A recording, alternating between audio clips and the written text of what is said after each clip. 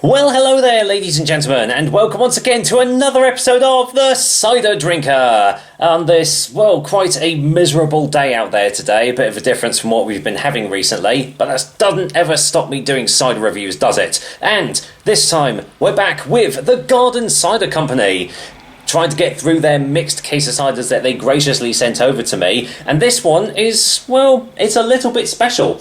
It is a bottle of their vintage dry, but as you can see, it's not in a typical glass bottle, because normally you can only get this in bag in the box at like beer and cider festivals, or if you get it from them direct.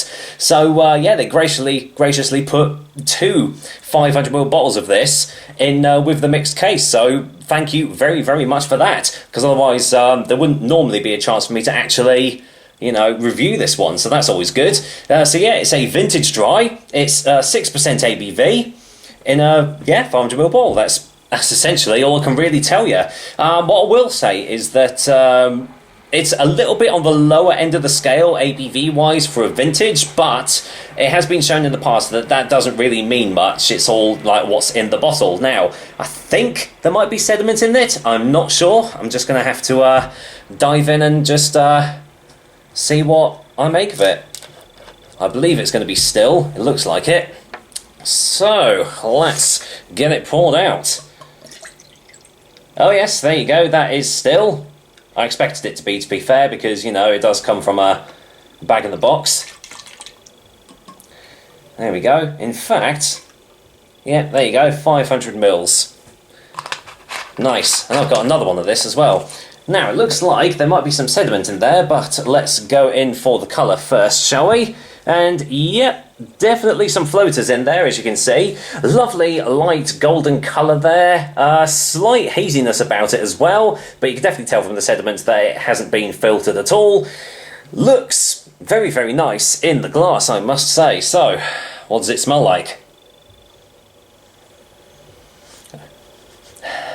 Well, it smells quite acidic, actually. It smells like it's going to be tart, quite sharp on the nose there. Some nice citric aromas coming. Definitely a lemony aroma for sure. This smells like it's going to be a really dry one. It's really going to dry my mouth out. But well, let's waste no more time, shall we? Let's dive into it. Cheers everyone, and once again, here's to the Garden Cider Company. Thank you very much, and here's to your vintage dry. Cheers.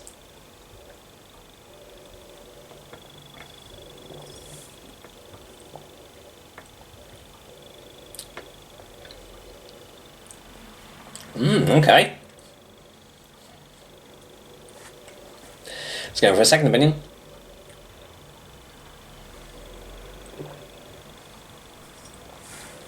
Wow. This is quite surprising for a vintage, actually. It starts off, as the aroma suggests, quite tart, quite sharp, a little bit of acidity on the palate there. But you know what? That actually balances out to a sweeter aftertaste, just sort of coating the edges of your tongue there, and the aftertaste is a little bit on the biscuity side, which, if you've been following my channel, you know that I love a biscuity aftertaste.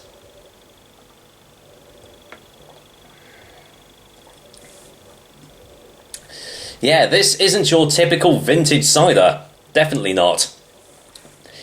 A lot of vintage ciders tend to be more on the oaky, full-bodied, sort of side to it, but this is a different kettle of fish altogether. But it is very enjoyable. Some lovely complex flavours in here. You got a lovely little citric undertone to everything that was on the aroma as well.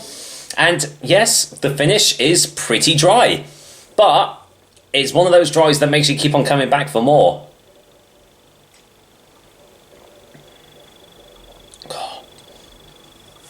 Quite a light body behind it.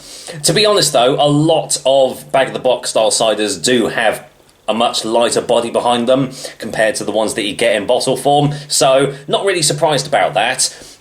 But yeah, I am surprised by the flavours and everything. They're really nice, and something that's completely different to what a normal vintage cider is supposed to be like. But I tell you what, it's really nice. So let's go for a final taste before a final verdict.